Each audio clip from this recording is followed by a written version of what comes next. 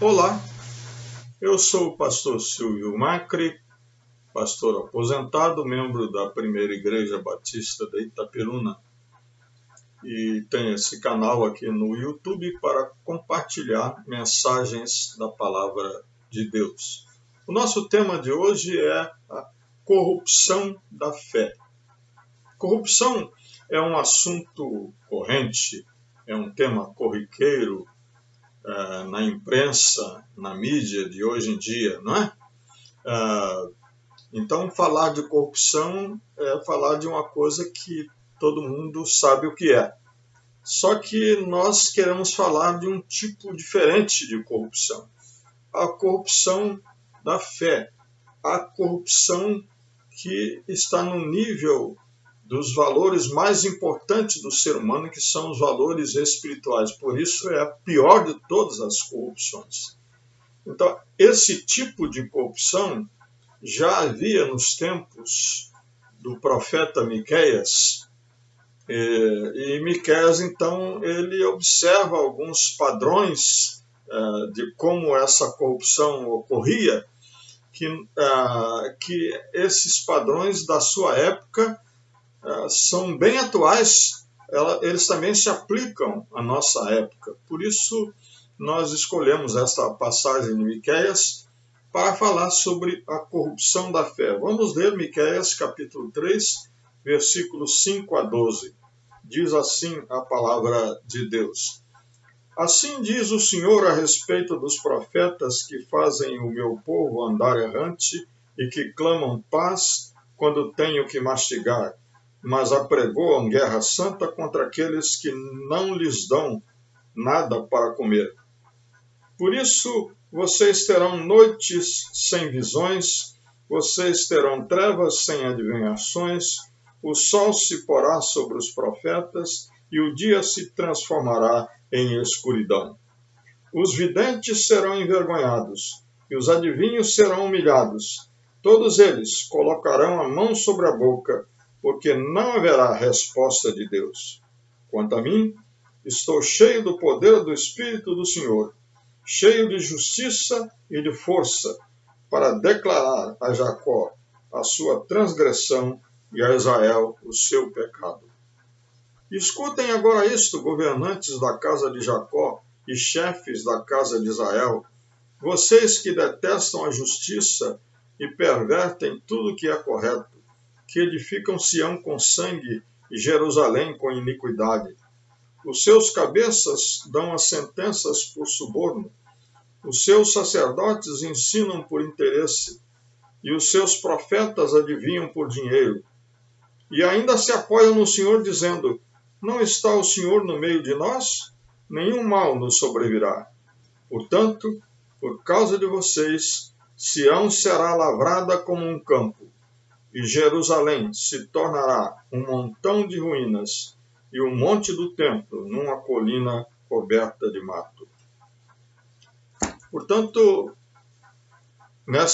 nesse trecho da profecia de Miqueias, nós vemos algumas características importantes da corrupção da fé, alguns padrões que são repetidos em todas as épocas da história e são bem visíveis, bem claros na nossa época também.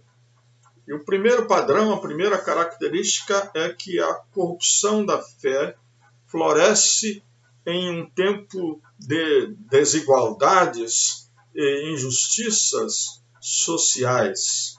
Nos versículos 9 a 11, que nós lemos agora, diz: escutem isso agora, governantes da casa de Jacó, chefes da casa de Israel, vocês que detestam a justiça e pervertem tudo que é correto, que edificam Sião com sangue e Jerusalém com iniquidade.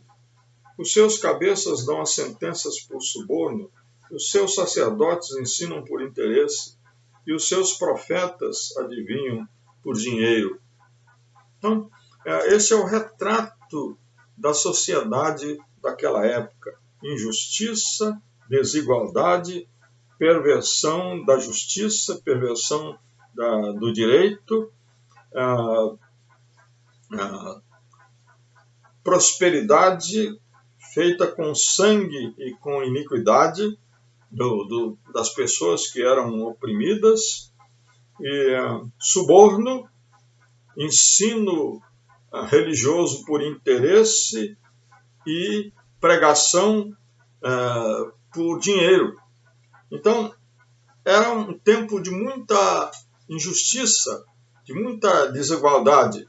O profeta Miqueias tinha nascido na cidade de Moresete e tinha sido criado ali, uma zona rural, mais ou menos a uns 30 quilômetros da capital, Jerusalém, e ele era um representante daquelas pessoas que, infelizmente, tinham empobrecido e tinham perdido a capacidade de sustentar-se a si mesmo, e tinham migrado para Jerusalém, e em Jerusalém acabaram sendo espoliados pelos ricos. No capítulo 2, nos versículos 1 e 2, nós lemos o seguinte: ai daqueles que ainda no seu leito imaginam a iniquidade e planejam o mal.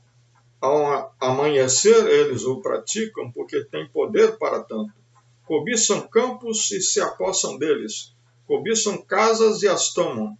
Assim fazem violência a um homem e a sua casa, a uma pessoa e a sua herança. Então, Jerusalém tornou-se uma cidade que foi superabitada pelo povo que tinha vindo da zona rural, povo pobre, povo miserável, que chegando na cidade não tinha emprego a não ser trabalhar para os ricos, para construir as suas casas, os seus palácios, e também para trabalhar nas grandes obras que o rei Ezequias executava na cidade. Então, aconteceu que nessa época também, não é, os inimigos de Israel, eles tinham deixado de atacar Israel porque o seu poder militar tinha declinado. Então, os ricos tinham crescido, tinham se tornado poderosos, e essas propriedades lá na zona rural tinham sido compradas pelos ricos e eles tinham criado verdadeiros latifúndios. É um retrato da nossa época isso, né? É o que nós vemos acontecer aqui na nossa época. Injustiça, desigualdade, miséria. Os ricos cada vez mais ricos e os pobres cada vez mais pobres. E uma característica da corrupção da fé é que ela floresce justamente nesse tempo de desigualdade, nesse tempo de injustiças sociais, porque os pobres são atraídos pela pregação mentirosa, né, de pessoas que prometem prosperidade, que prometem bem-estar, que prometem crescimento financeiro e material, e infelizmente essas coisas não têm acontecido.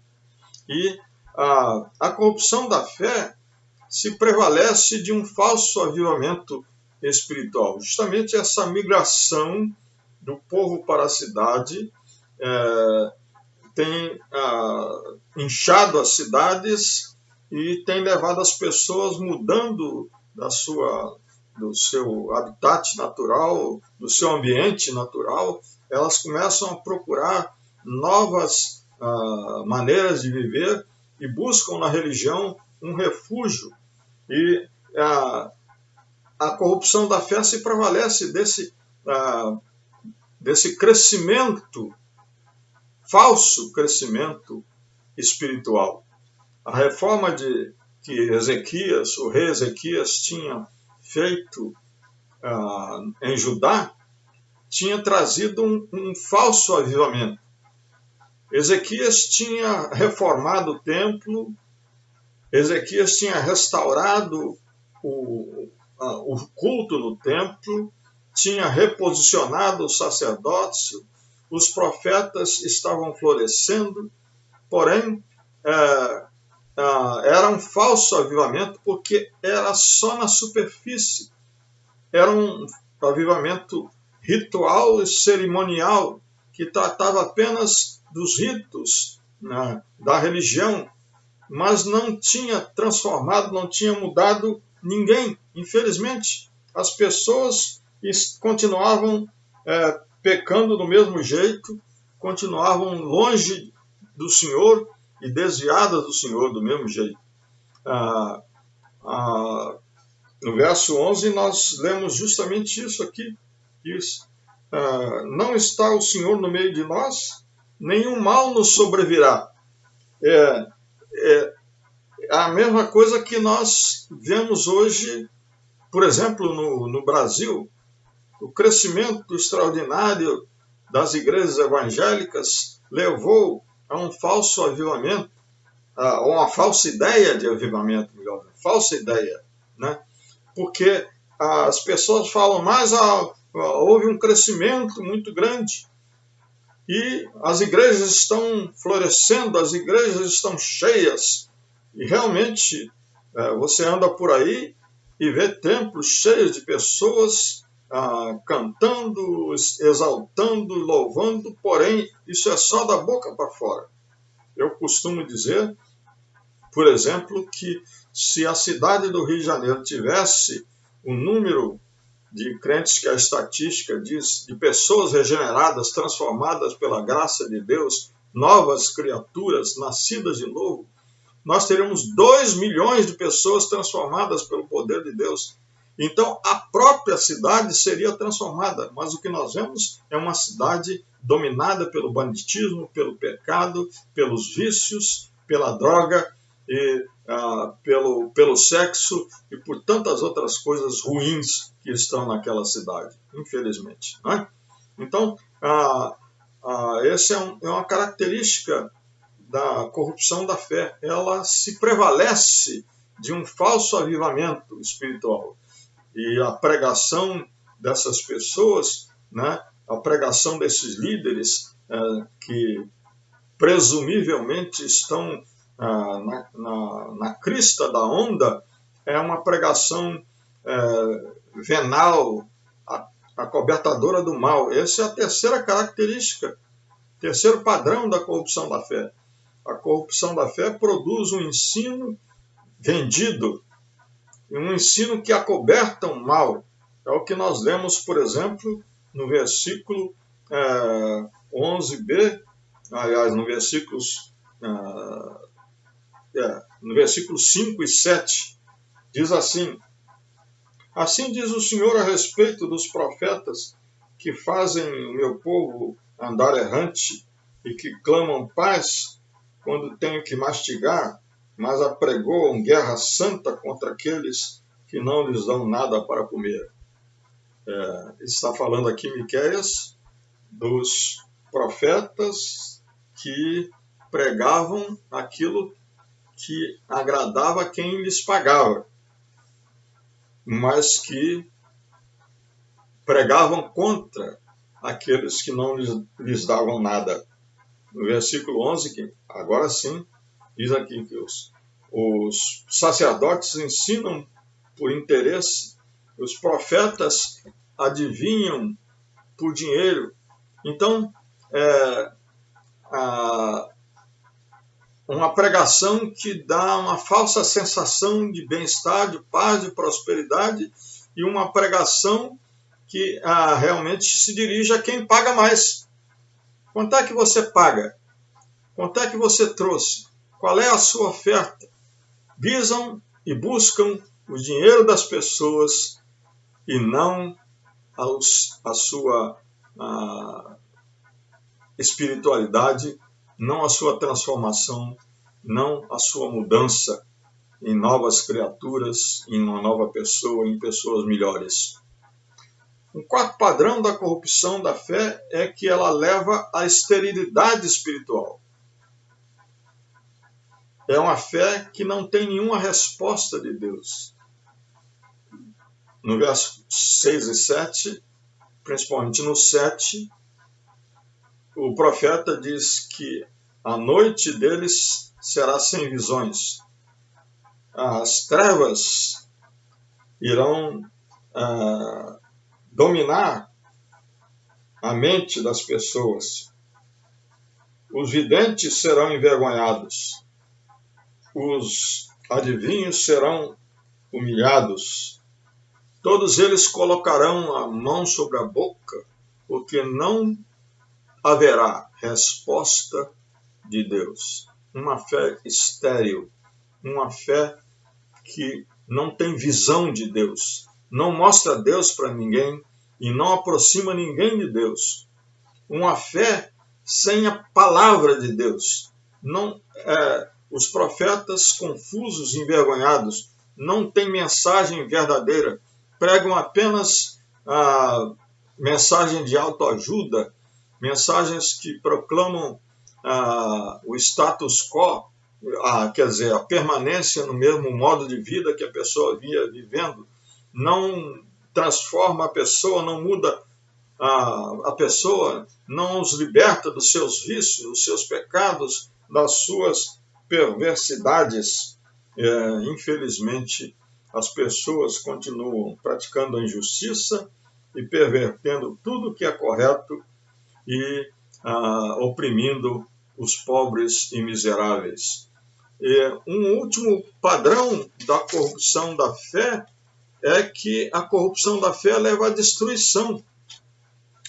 No verso 12 diz assim: portanto, por causa de vocês, Sião será lavrada como um campo, e Jerusalém se tornará um montão de ruínas, e o monte do templo numa colina coberta de mato.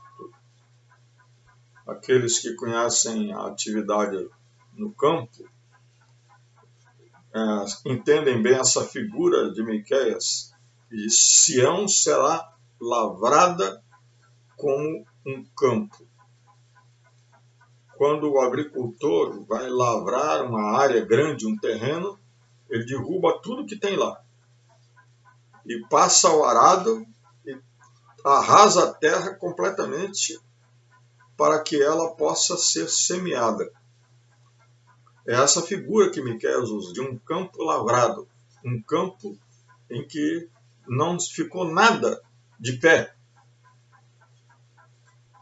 E por isso que ele usa a outra figura, diz que Jerusalém será transformada num montão de ruínas, e aquela colina onde estava o templo será coberta de mato. E foi o que aconteceu mesmo. Na profecia de Jeremias, no capítulo 26, líderes do povo, 100 anos depois de Miqueias profetizar isso que está aqui, dizer o que está no versículo 12, 100 anos depois, esses líderes do povo mencionam Miqueias de Moresete, que pregou isso. E justamente naquela época foi que Babilônia invadiu Jerusalém, derrubou os muros da cidade, derrubou o templo, queimou o templo, derrubou as casas e os palácios dos ricos e queimou tudo. A cidade foi transformada num montão de ruínas e o povo foi levado embora para a Babilônia. Isso foi o juízo de Deus por causa do pecado daquele povo, por causa da sua corrupção religiosa, a sua corrupção espiritual, por causa da sua fé corrupta. A fé corrupta leva à destruição, ao juízo, ao julgamento de Deus. É isso que se apresenta para nós no Brasil hoje. Deus vai julgar esses líderes, falsos líderes corruptos, que corrompem a fé. Deus vai julgar essas falsas igrejas que não pregam o verdadeiro evangelho. Deus vai julgar essas denominações que estão enganando o povo. Deus vai julgar isso tudo e vai trazer destruição. E só restarão aqueles que têm uma fé incorruptível. Como diz Miqueias no verso 8 que nós lemos aqui, diz assim: quanto a mim, estou cheio do poder do Espírito do Senhor, cheio de justiça e de força, para declarar a Jacó a sua transgressão e a Israel o seu pecado. A verdadeira pregação do Evangelho, ela não acoberta o pecado. Ela não se vende por nenhum dinheiro. Ela não está ligada a interesses, nem políticos, nem partidários, nem financeiros. Ela apenas apresenta a verdade da palavra de Deus, pelo poder do Espírito. Esse é o verdadeiro avivamento. O verdadeiro avivamento ocorre quando cada um de nós se converte verdadeiramente ao Senhor Jesus Cristo e se submete ao domínio, ao poder do Espírito Santo, para viver uma fé incorruptível, que não se deixa perverter por nada deste mundo. Que Deus nos abençoe para que nós tenhamos essa fé incorruptível.